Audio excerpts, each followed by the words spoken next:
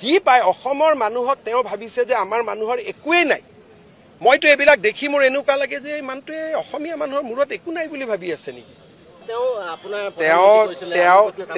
তেওঁ যদি গোটেই প্ৰেছ মিট কেইখন চাব খোজে, তেওঁ মই কোৱা কথাটোকে কৈ আছে। তেওঁ লাহে লাহে পাকিস্তানত যোৱাটো স্বীকাৰ কৰাৰ পথত আহি আছে।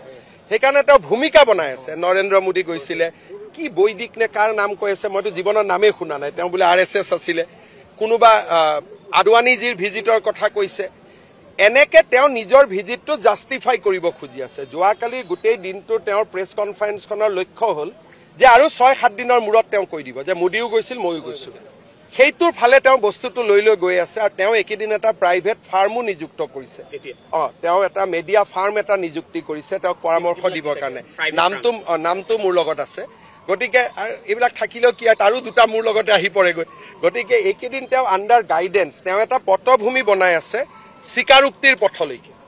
সেইকাৰণে তেওঁ ক'ব লাগে মই পাকিস্তানত যোৱা নাই।